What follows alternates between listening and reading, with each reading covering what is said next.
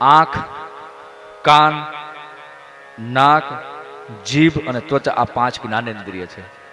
એવી રીતે 5 કર્મેન્દ્રિય પણ છે. અને આ દશેન્દ્રિય જે છે એની ઉપર મન એની ઉપર છે. અને જેને મન પકડી લીધું ને એના કંટ્રોલમાં 10 ઇન્દ્રિય આવી જાય છે. પણ હવે આ 5 ઇન્દ્રિય જે છે એ 5 સ્ત્રી, એ 5 ઇન્દ્રિય એને લાડ ડડાવવા લાગ્યો. અને વાતે સાચી છે. એક ઇન્દ્રિયને માછલી છે એ સ્વાદની ઇન્દ્રિયમાં ફસાણી માછલીનું મોત થયું. ભમરો છે એ સૂંઘવાની ઇન્દ્રિયમાં ફસાણું, ભમરાનું મોત થયું. હરણ છે એ સાંભળવાની ઇન્દ્રિયમાં ફસાણું તો હરણનું મોત થયું. હાથી છે સ્પર્શ કરવાની ઇન્દ્રિયમાં ફસાણું, હાથીનું મોત થયું. પતંગિયો છે જોવાની ઇન્દ્રિયમાં ફસાણું, પતંગિયાનું મોત થયું. આ બધા એક એક ઇન્દ્રિયમાં ફસાણા, બધાનું મોત થયું. વિચાર કરો, આપણે તો બધી ઇન્દ્રિયમાં ફસાણા છે. તુલસી ઉનકી ક્યા ગતિ, એટલે તુલસીજીને કેવું પડ્યું, જો ઘટ ઘટ કરત સને. આપણે તો બધામાં ફસાણા છે. લ્યો, બધાને હારું હારું આમ જોવાનું ગમે છે ને, બધાને હારું જોવાનું ગમે, નબળું જોવાનું ક્યાં કઈ ગમે છે? બધાને હારું જ જોવું છે. શુક્રવાર આવ્યો નથી, ગયા નથી, બધાને હારું હારું જોવું છે. બધાને સારું સાંભળવું પણ ગમે છે. સારું સંગીત તો બધાને ગમે. સ્વાદ પણ, સ્વાદિષ્ટ ભોજન બધાને ગમે. ઘરવાળી દરરોજ સારું ભોજન બનાવતી હોય, એક દિવસ જો મીઠું નાખતા બિચારી ભૂલી ગઈ હોય તો થાળીનો આમ ઘા થાય કે તારામાં બુદ્ધિ નથી, તારામાં અક્કલ નથી, આ મીઠું નાખતા ભૂલી ગઈ. બિચારી દરરોજ સારું બનાવે, એક દિવસ ભૂલાઈ જાય. કારણ કે સ્વાદની ઇન્દ્રિયમાં ફસાણા છે. આ એનું પરિણામ છે.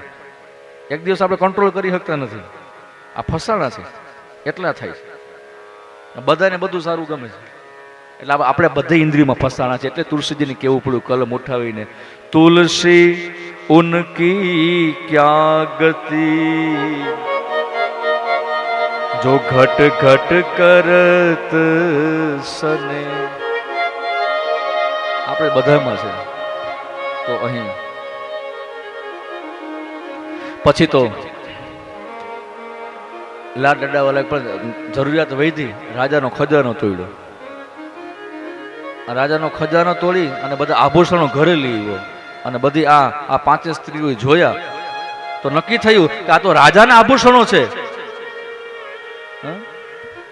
અને જો સિપાહીઓ અહીંયા આવશે અને આભૂષણો સાથે આપણે જોશે તો આપણે સજાય કરશે અને કારાવાસ થશે. તો હવે શું કરું? બધી 5 સ્ત્રીઓ ભેગી છે, નક્કી કર્યું એક કામ કરી, ધુંધુકારી આજે રાત્રે આવે ને એટલે આપણે એને મોતને ઘાટ ઉતારી દેવું છે. ષડયંત્ર નક્કી થઈ ગયું. રાત્રિનો સમય, ધુંધુકારી આવે છે, મદિરાનું પાન કરાવ્યું, મદોન્મત બનાવ્યો છે.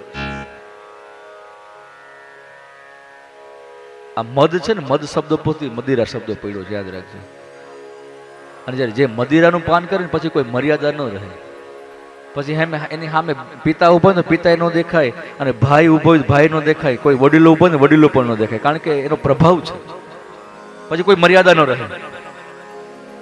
મદિરાનું પાન કર્યું, મદન્મત બનાવ્યો છે, સુવડાવ્યો ખાટલામાં, ચીસો પાડવા લાગ્યો તો અંગારા ધગધગતા અંગારા મુખમાં પધરાવ્યા. વાણી કેદ થઈ. રેશમની દોરી વડે બાંધો, ચીસો પાડતો તો અંગારા પધરાવ્યા. વાણી કેદ થતાની સાથે જ ધુંધુકારીનું પ્રાણ પંખેર ઉડી ગયું, મૃત્યુ થયું. અને જ્યાં મૃત્યુ થતાની સાથે એ જ કક્ષમાં ખાડો ગાડી અને દાટી દીધો. અને જેટલું ધન હતું બધું ધન લઈ અને આ 5 સ્ત્રીઓ જતી રહી. પાછળથી આ બાજુ ગોકર્ણ પંડિત યાત્રાએ છે. ધ્યાન દેના, જે ગામ લોકો ની મુલાકાત ગોકર્ણ પંડિત સાથે થાય છે. અને ગોકર્ણ પંડિતને કહે છે બધો વૃતાંત કઈ સંભળાયું. તમારા ગયા પછી તમારી માતાએ તો કૂવામાં પડીને આત્મહત્યા કરી અને તમારા ભાઈએ 5 સ્ત્રીઓને ઘરમાં બેસાડી, 5 સ્ત્રીઓ સાથે મને તમારા ભાઈને મોતને ઘાટ ઉતારી દીધું, ધન લઈને જતી રહી. આ વૃતાંત ત્યારે ગોકર્ણ પંડિતે સાંભળ્યો ત્યારે દુઃખ થયું. ઓહો, ગમે એવો હતો પણ આખીર મારો ભાઈ હતો. હવે મારી ફરજ છે કે મારે મારા ભાઈને મુક્તિ અપાવી.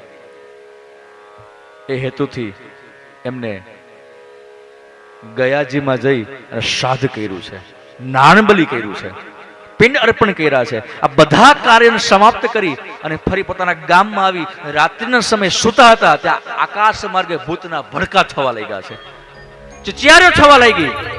પણ આ દ્રશ્ય જ્યારે ગોકર્ણ પંડિત જોયું, પોતાના કમંડલમાંથી જલ લઈ જલનો જ્યાં છંટકાવ કર્યો, પણ ત્યાં તો પ્રેત રૂપમાં ધુંધુકારી પ્રગટ થયો છે. ભાઈ ધુંધુકારી, તું, મેં તારી પાછળ તો શ્રાદ્ધ કર્યું, પિંડદાન કર્યા, નાણબલી કર્યું, તારા સુધી પહોંચ્યું નથી.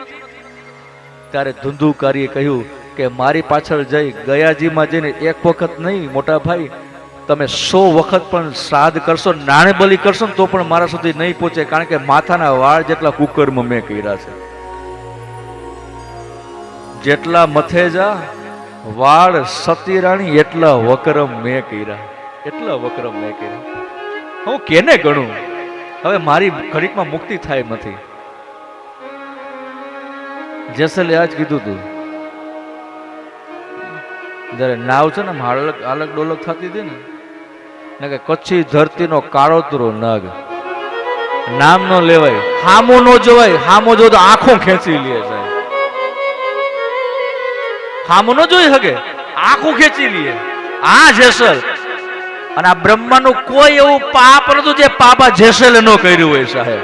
આમ કચ્છી ધરતીનો કાળોતરો નાગ જેને કહી શકાય. પણ આ કાંઠે છે ને કચ્છી ધરતીનો કાળોતરો નાગ હતો, બીજે કાંઠે પહોંચ્યો ને પલમાં કીધો પીર સાહેબ, એક પલમાં પીર કરી દીધો સાહેબ. ઈ આ તોરલ કરી શકે સાહેબ.